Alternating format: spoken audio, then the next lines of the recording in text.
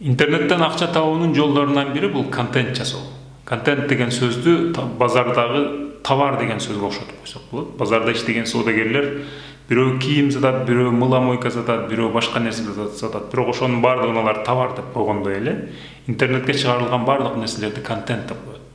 Видео контент болот, YouTube, TikTok, сүрөт контент болот, Instagram, жазуу контент болот, кабарлар же блогдор, жана аудио контент болот, ырлар, подкасттар, радиолор. Эми интернетти дагы бир базарга окшотуп элестетип көргүлө. Ошондо бул тарапта базарда соодагерлер товарын алып чыгат, а бул жакта алуучулар барып ошол товарларды сатып алгандай эле интернетке дагы ошо контентти жасаган адамдар контенттерин чыгарат, а бул жакта миллиарддаган ошол алуучулар ошолорду көрөт, окуйт, угат. Эми базарда биз бир нерсени барып акчага сатып алабыз. Ошол сатуучунун колуна акчаны беребиз. Ал ошол нерседен пайда көрүп атат. А интернетте биз муну жөн эле көрүп коюп атпайбызбы? Ал кантип пайда көрөт деп ойлошуңар мүмкүн.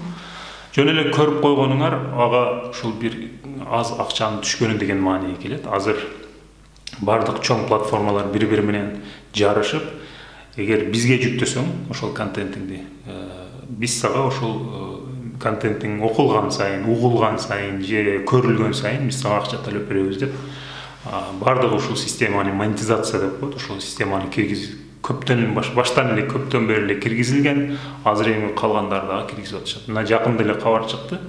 Apple компаниясы Apple Music деген, Яндекс Музыка деген ошогон музыка платформасында ар бир прослушивание үчүн, ар бир угуу үчүн ошол ырдын ээсине 1 цент төлөп бермек болду. Бул өздөрүнүн ошол Apple Music'тин конкуренти Spotify деген дүйнөлүк абдан чоң музыкалдык платформадан 2 эсе көп экен да. 1 центти абдан аз деп элестетпегиле. Анын ошол ар бир ырды канча жолу угулуп туруп ошону карап чыксаңар, алардын тапкан акчасы абдан чоң болуп чыгат.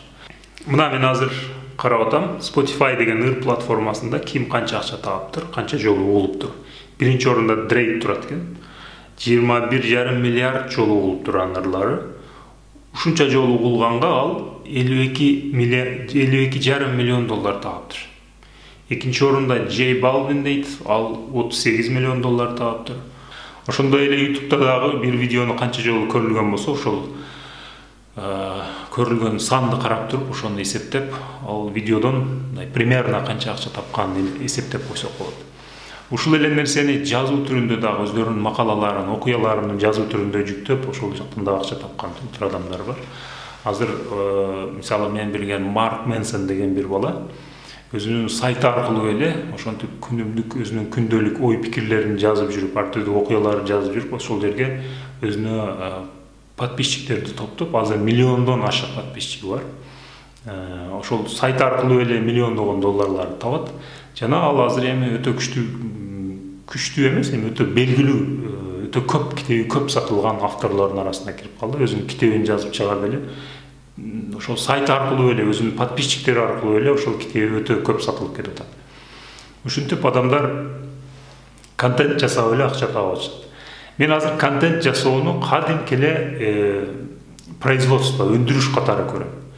Мына бизде айрыкча кийим жасашат турат, цехтер абдан көп. Ошо цехте кантип эртеден кечке бир 30-40-100 адам иштеп бир шымды, бир кийимди тиккенге энергия короткондой эле студиялар болот. Бизде тилеге каршы өтө аз, дүйнөдө өтө көп. Ал жерде деле ошо 50-100 адам отуруп алып ошо контентти жасайт. Бул кийимди жасаган адамдар менен контентти жасаган адамдар бирдей эле өндүрүш кылып атышат. Алар деле ошол адамдарга, башка адамдарга керек болгон бир нерсени жасап атышат. Булар деле ошол керек болгон бир нерсени жасап атышат. Кантип биз барып бир тамакты сатып алабыз, бизге тамак керек, кийимди сатып алабыз, ал дагы керек болгондой эле азыр адамдарга дүйнөдө ошол контент керек. Эгер азыр YouTube өчүп калса, интернет өчүп калса, адамдар эле кыйналып калат да. Ошон үчүн бул ишти, ушул контент жасоо ишин кадимки эле бир производство катары көрүп, муну менен алектеңиз болот. Айрыкча өзүнө жаңы бир кесип издеп жүргөндөр же баласына бир кесип карап аткандар ушуну бир вариант катары ойлонуп көрсө болот. Айрыкча чыгармачыл адамдар үчүн бул өтө бир жакшы бир мүмкүнчүлүк. Эч качан тарыхта эч качан мындай бир мүмкүнчүлүк болгон эмес. Мунун жакшы жагы көп эле бир техниканы, технологияны көп эле билиштин кереги жок. Телефон эле жетет, телефон аркылуу эле ошол контентти жасоо өтө оңой болуп калды техникалык жактан. Мурда интернетке бир нерсе чыгаруу үчүн өзүнчө бир сайт ачыш керек эле, ал сайтты жасаган бир программистти табыш керек эле, жана башка алдыда толтура тоскоолдуктар бар эле. Азыр YouTube'дан аккаунт ачып алуу бир минуталык иш, Instagram ачып алуу дагы ошондой. Instagramга эле ошол сүрөттү жүктөп, ошонун астына өзүнүн ой пикирлерин жазып, ошентип блогер болуп жүргөн өтө көп подписчиктерди топтоп алып, ошол жерден акча таап жүргөн адамдар дагы өтө көп.